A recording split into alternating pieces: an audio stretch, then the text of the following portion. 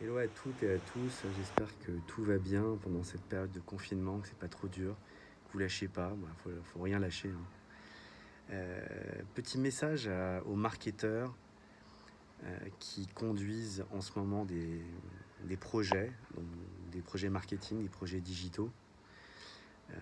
On voit nous au quotidien la notion donc, de gestion de projet versus gestion de produit ou product management, c'est un terme qu'on entend de plus en plus. Et je voulais revenir sur cette notion parce que je trouve qu'il y a encore pas mal de confusion entre les deux. C'est pas évident d'ailleurs de bien comprendre.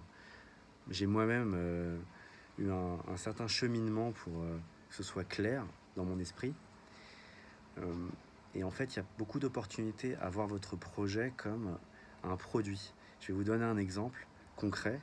Quand on parle de site institutionnel, site vitrine, quand vous travaillez sur un projet de com ou de lancement en marketing d'un produit via un site, il y a vraiment un grand intérêt à le considérer, ce site, comme un produit, VCs, comme simplement un projet.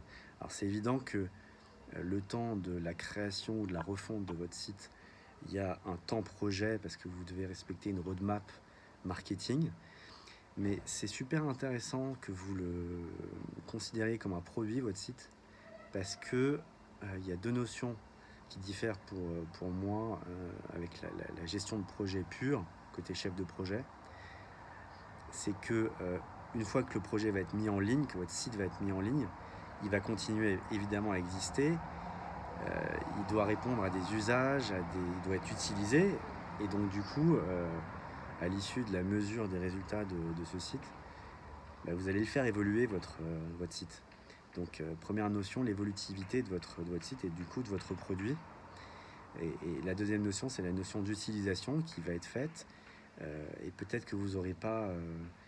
Enfin, je vous souhaite d'avoir cadré tous les besoins des utilisateurs, mais c'est souvent pas le cas. Enfin, en tout cas, c'est rarement le cas dès le premier coup.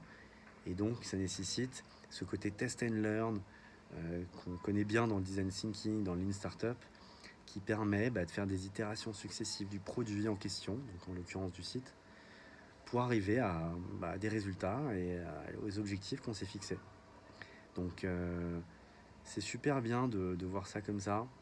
On parle donc de direction produit, de product management quand on parle même d'un site. Alors ça s'applique évidemment à toutes les interfaces digitales, mais je vous invite vraiment à penser vos projets comme des produits. Si vous voulez en parler, n'hésitez pas. Et encore une fois, j'espère que vous pétez pas les plombs et que vous tenez pendant cette période difficile qu'on connaît tous. À bientôt, ciao!